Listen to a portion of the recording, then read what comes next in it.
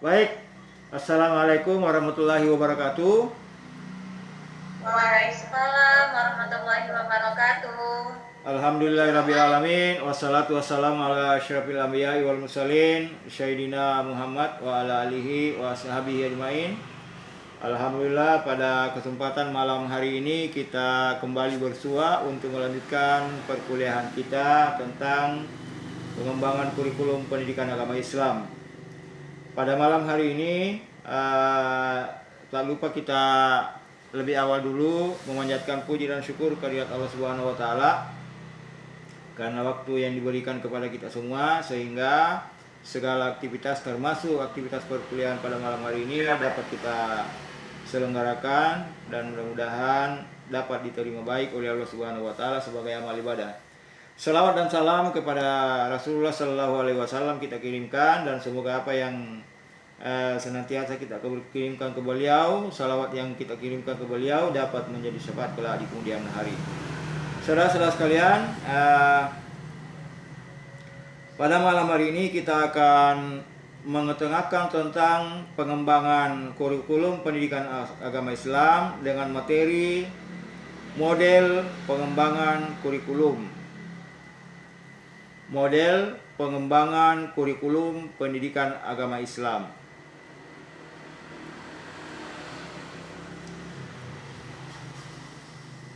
Namun sebelum kita membahas lebih jauh tentang apa itu model pengembangan kurikulum, maka ada baiknya kita melihat dulu kaidah umum yang menjelaskan bahwa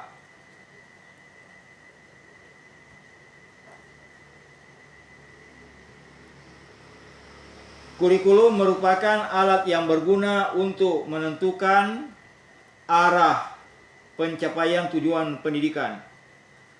Dalam hal ini pendidikan agama Islam tentu ya. Tanpa kurikulum, maka setiap satuan pendidikan akan sulit mencapai tujuannya. Saudara-saudara sekalian, pemahaman konsep tentang pengembangan kurikulum pendidikan agama Islam.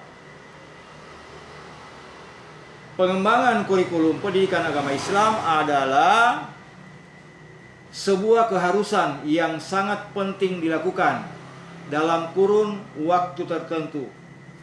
Kenapa mesti kita mengatakan dalam kurun waktu tertentu?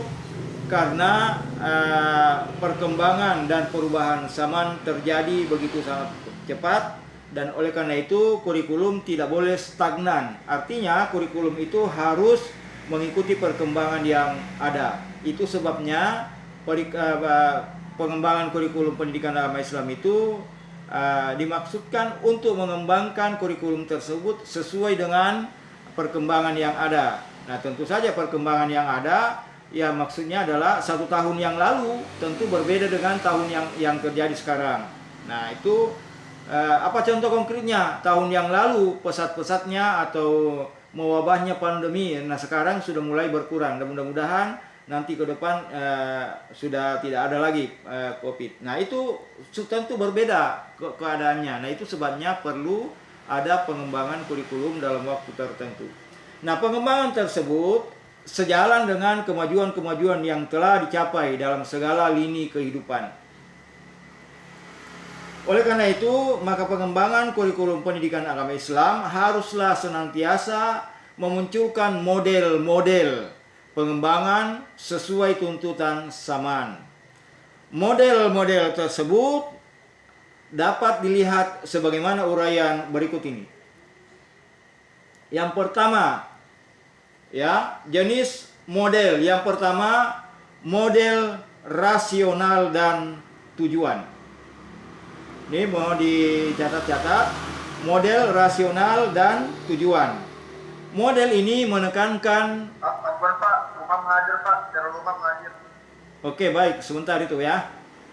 Model ini menekankan pada urutan elemen kurikulum yang dimulai dengan tujuan, kemudian materi.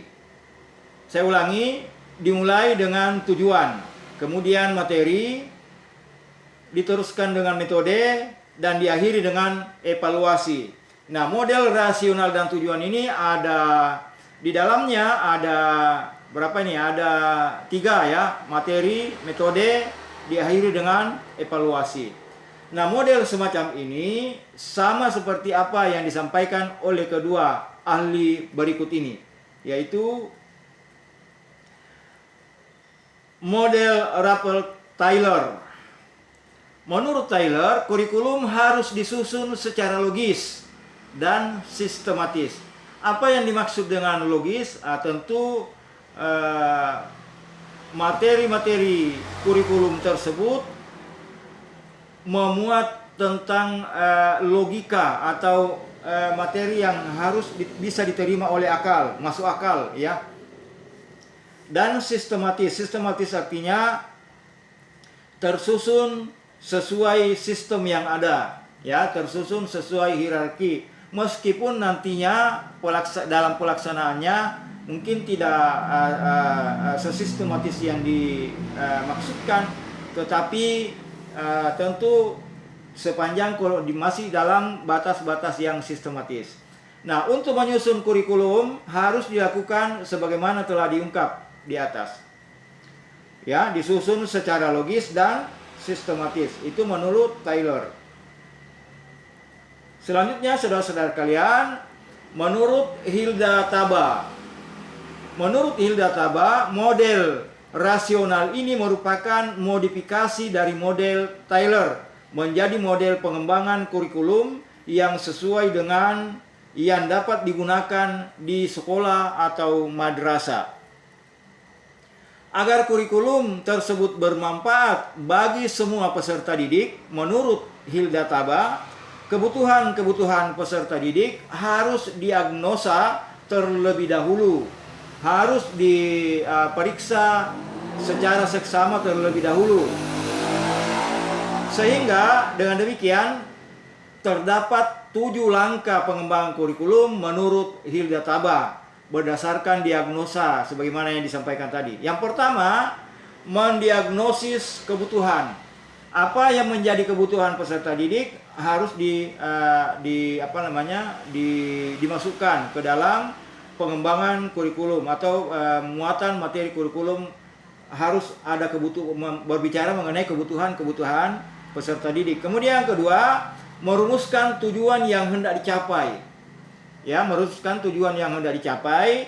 Kemudian yang ketiga, memilih isi atau materi yang harus dimasukkan ke dalam kurikulum tersebut. Kemudian yang keempat, mengorganisasikan isinya atau mengorganisasikan materinya tentu ya.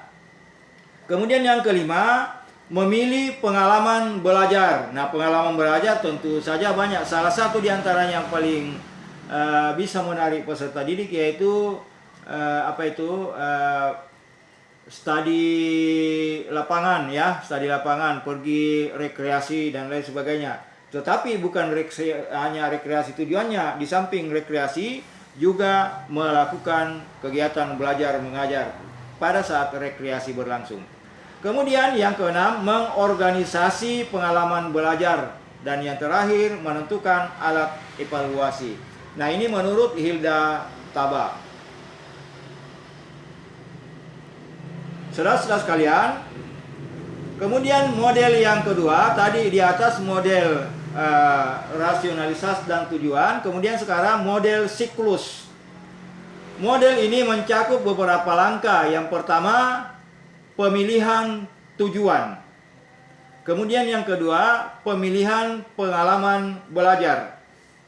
Yang ketiga, pemilihan isi. Kemudian yang keempat, pengorganisasian dan pengintegrasian pengalaman belajar dengan isi. Jadi pengalaman belajar itu disesuaikan dengan isi atau muatan kurikulum yang mesti dikembangkan. Dan yang kelima, melakukan evaluasi masing-masing tahap dan pencapaian tujuan pendidikan. Bahwa evaluasi tersebut untuk mengukur apakah tujuan pendidikan yang telah ditetapkan tersebut sudah tercapai. Nah, ini model siklus ya. Kemudian yang ketiga, model interaktif. Jadi sudah yang pertama model rasional, yang ketiga model siklus, dan yang kedua model siklus, yang ketiga ini model interaktif. Apa itu model interaktif? Ya, model interaktif ini berangkat dari pendekatan deskriptif terhadap kurikulum, di mana para peneliti telah mengadakan observasi tingkah laku guru dan pengembang kurikulum, karena pada dasarnya mereka lah yang menyusun kurikulum tersebut, guru dan pengembang lainnya. Model ini mencakup beberapa tahap, yaitu tahap pertama, statement platform, diakui oleh para pengembang kurikulum. Statement ini terdiri atas sejumlah gagasan, pandangan, pilihan, kepercayaan, dan nilai. Hal tersebut akan mempengaruhi pembentukan dasar platform pengembangan kurikulum tersebut. Kemudian tahap yang kedua adalah tahap pertimbangan yang mendalam. Pada tahap ini, setiap pengembang kurikulum mempertahankan platformnya dan memusyawarahkannya untuk mencapai kesepakatan. Jadi tahap kedua adalah tahap pertimbangan yang mendalam. Yang ketiga atau tahap terakhir adalah mendesain kurikulum. Nah, pada tahap ini setelah mendiskusikan secara panjang lebar, mereka membuat keputusan beberapa komponen proses. Keputusan tersebut dicatat dan menjadi landasan dokumen kurikulum yang sudah dikembangkan. Kemudian model elektrik Murray Print. Model ini yang keempat ya, model pengembangan kurikulum elektrik ini dirancang khusus untuk menawarkan pendekatan pengembangan kurikulum yang dapat dipahami secara mudah. Pendekatan ini diadopsi dari pendekatan sistematis logis dan interaktif. Pendekatan sistematis logis mencakup di dalamnya antara lain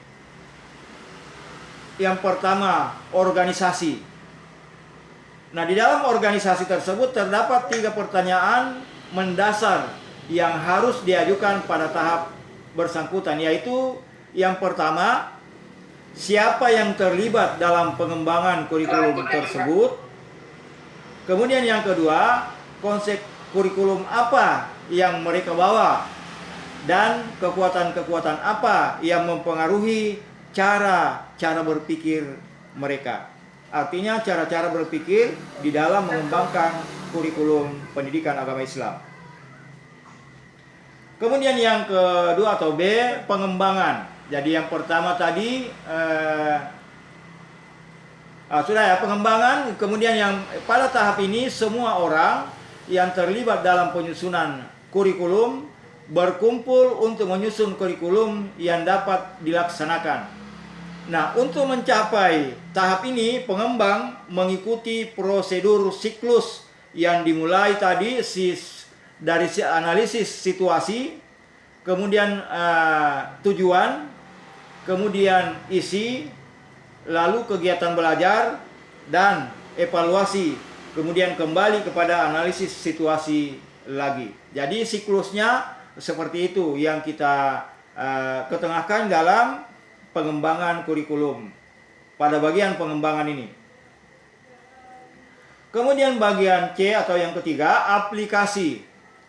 Nah, aplikasi pada tahap ini terdapat 3 kegiatan yang memiliki keterkaitan antara satu dengan lainnya, yaitu implementasi kurikulum, kemudian yang kedua monitoring dan umpan balik pada kurikulum, dan yang ketiga penentuan data umpan balik pada kelompok pengembangan kurikulum. Nah, demikian ulasan pengembangan kurikulum dalam kaitannya dengan model pengembangan kurikulum sebagaimana kita jelaskan di atas. Nah, sekarang saudara-saudari sekalian, ulasan tentang model pengembangan kurikulum pendidikan agama Islam sebagaimana sudah dijelaskan di atas, kini diketengahkan beberapa pertanyaan mengenainya. Pertanyaan tersebut disarankan sebagai alat uji kemampuan apakah ulasan tersebut secara keilmuan sudah dapat dipahami untuk diaplikasikan dalam kehidupan nyata masing-masing kita. Pertanyaan itu antara lain. Yang pertama, ini mohon dicatat-catat. Yang pertama, uraikan tentang pemahaman konsep dari model pengembangan kurikulum pendidikan agama Islam. Yang kedua, sebut dan jelaskan jenis model pengembangan kurikulum pendidikan agama Islam. Nah, tentu sebagaimana yang kita sudah sampaikan tadi. Kemudian yang ketiga, deskripsikan menurut pendapat saudara bahwa apakah model pengembangan kurikulum pendidikan agama Islam tersebut masih relevan digunakan sekarang ini, mengingat pengembangan atau perkembangan zaman yang ada begitu cepat dan seakan-akan kita tertinggal jauh dari perkembangan tersebut. Nah, demikian yang dapat kita uraikan pada kesempatan malam hari ini tentang pengembangan atau model pengembangan kurikulum pendidikan agama Islam. Oke. Nah, sekarang kita kembali kepada forum ini, kepada saudara-saudara sekalian semua. Tadi kita sudah menanyakan tentang pengembangan kurikulum, ya, atau model pengembangan kurikulum. Jenis pengembangan kurikulum sebagaimana pertanyaan, kira-kira siapa yang bisa menyebutkan, ya? Sebutkan yang paling mudah dulu. Sebutkan jenis pengembangan model pengembangan kurikulum.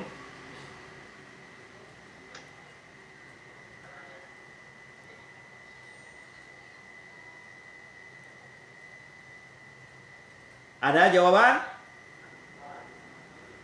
Siapa? Jenisnya yang pertama ada 3 tadi. Yang pertama,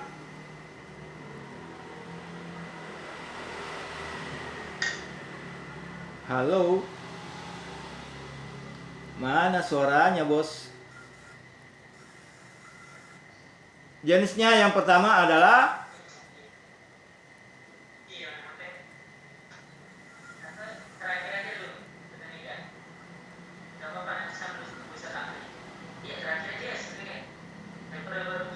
coba Nurmala. Yang pertama jenisnya Nurmala. Sebutkan saja Nurmala apa jenis pengembangan model pengembangan kurikulum.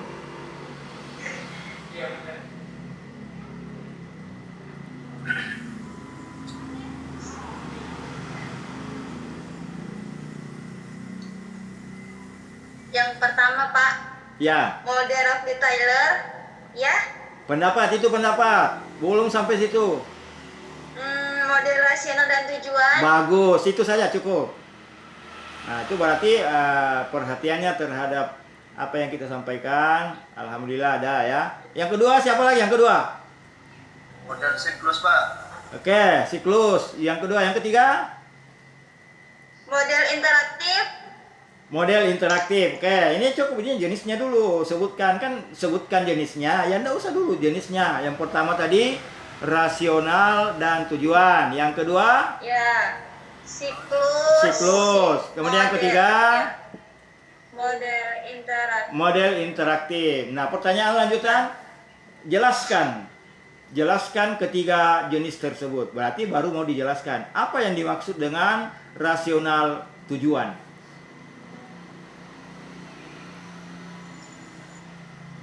Nah, kalau mau ambil pendapat tadi boleh, silakan. Menurut siapa?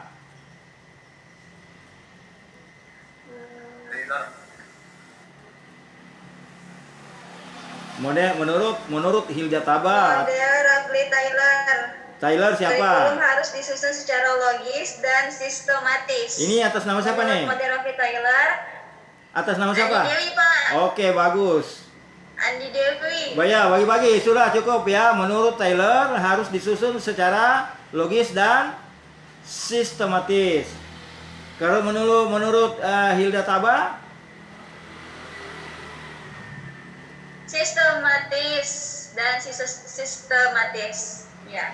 Ya, sistematis, logis dan Menurut sistematis. Hilda Menurut Taba, ya, model ini merupakan modifikasi. sistematis.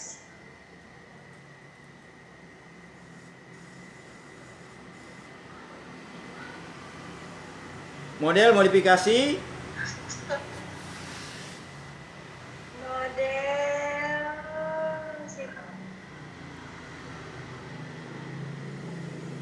Modifikasi dari model Taylor menjadi model pengembangan kurikulum yang sesuai dengan apa yang dapat digunakan di sekolah atau madrasah. bagus. Itu menurut model Hilda Taba. Iya, menurut Hilda Taba.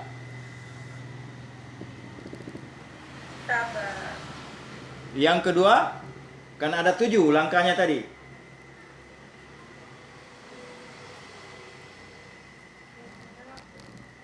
Ada 7 ya? Yang 7 langkah. Ya, yang model rasional dan tujuan itu ada 7 langkah. Yang pertama mendiagnosis kebutuhan, yang Iya. kedua merumuskan tujuan, yang ketiga memilih isi, yang keempat mengorganisasi isi, yang kelima memilih pengalaman belajar, yang keenam mengorganisasi pengalaman belajar dan menentukan alat evaluasi. Bagus sekali, 100% cum laude. Mudah-mudahan bertahan ya, cum laude. Yang lain. Kemudian tadi model siklus itu tadi sudah dijelaskan secara gamblang oleh Andi Dewi ya. Pendapatnya Taylor juga pendapatnya Taba. Mudah-mudahan menjadi penggantinya kedua orang nanti itu. Siap ya menjadi pakar kurikulum. Oke. Siapa lagi? Yang kedua. Jelaskan apa yang dimaksud dengan siklus tadi, model siklus, jenis siklus.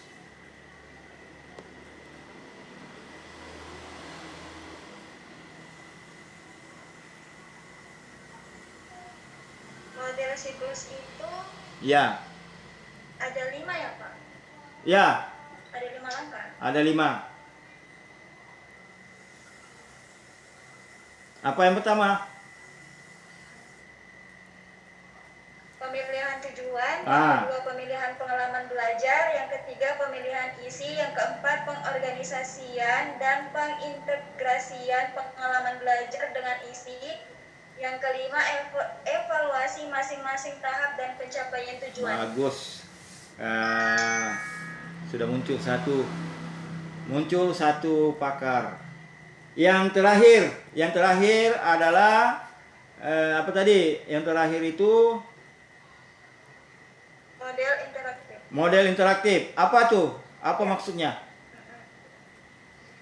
Model ini berangkat dari pendekatan deskriptif Ya. terhadap kurikulum di mana para peneliti telah mengadakan observasi tingkah laku guru dan pengembang kurikulum. Ya. Nah, di sini sebentar saya tambahkan pengembang kurikulum itu salah satu yang antaranya adalah guru, kemudian perangkat pemerintah, kemudian perangkat pemerintah, kemudian lembaga dan satuan pendidikan, dan masih ada yang lain ya. Nah, itu nanti kita akan lebih jelaskan lebih jauh. Tadi silakan lanjut.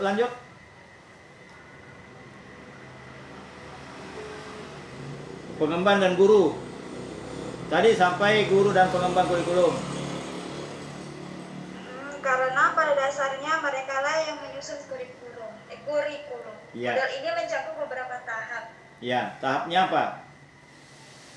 Ada 3 tahap. Pertama itu statement platform diakui oleh para pengembang kurikulum. Statement ini terdiri atas sejumlah gagasan, pandangan, pilihan, kepercayaan, dan nilai. Bagus sekali.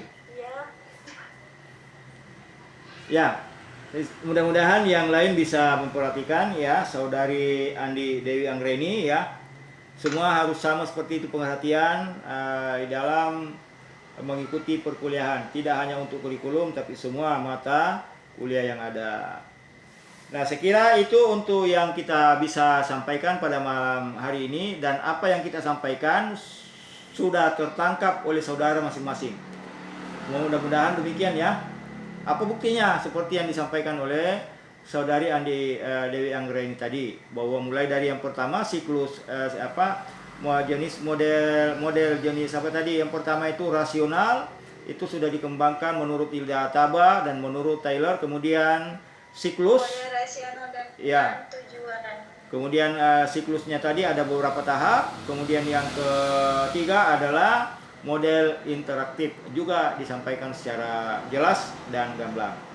Saya kira demikian yang bisa kita sampaikan. Kita tidak bisa masuk ke 2-3 materi, cukup satu materi ini tapi jelas dan bisa dipahami dengan baik. Dan saudara-saudara sekalian, sebelum kita akhiri pertemuan ini, saya mau kembali ke absen dulu. Mana absen?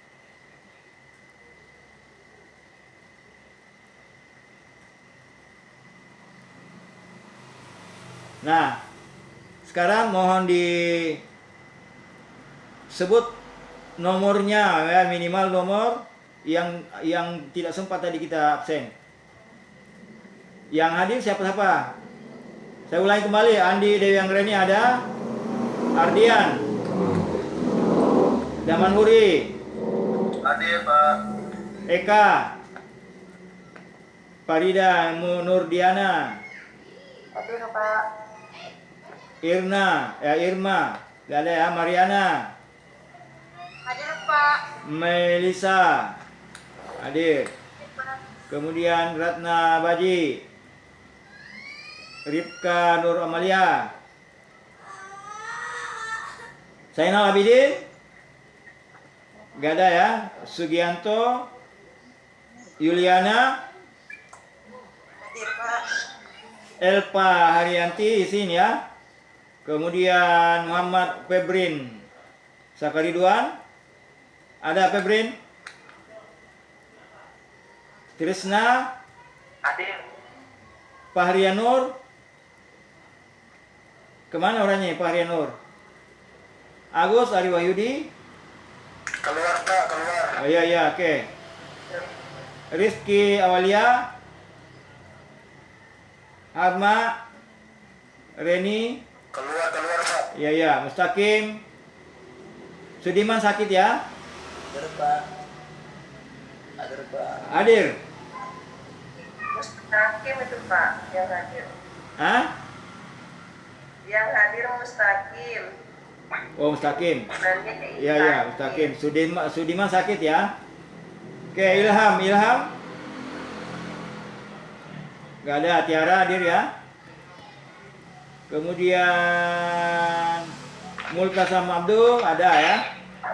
Nurmala ada, Hairul Umam ada,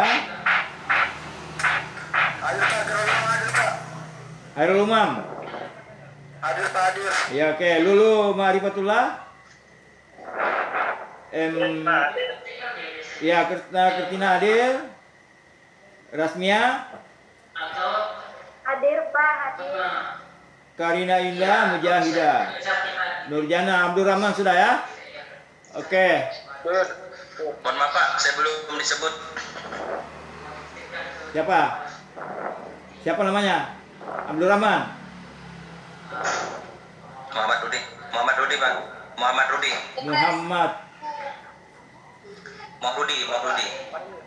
Nomor berapa itu ya? Nomor 9, Pak. Oh, nomor 9.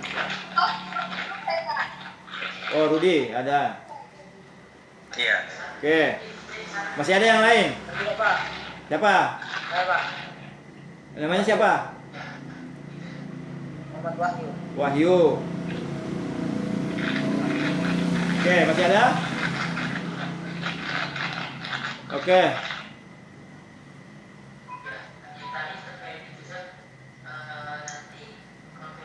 Baik, saudara-saudara sekalian, terima kasih atas segala perhatian dan Kepala Security. mohon maaf atas segala kekurangan. Dan seperti itu yang bisa kita sampaikan pada malam hari ini, pertemuan yang pertama tetapi sebenarnya sudah pertemuan kedua ya. Demikian yang dapat kita sampaikan dan terima kasih atas segala perhatian. Assalamualaikum warahmatullahi wabarakatuh. Waalaikumsalam.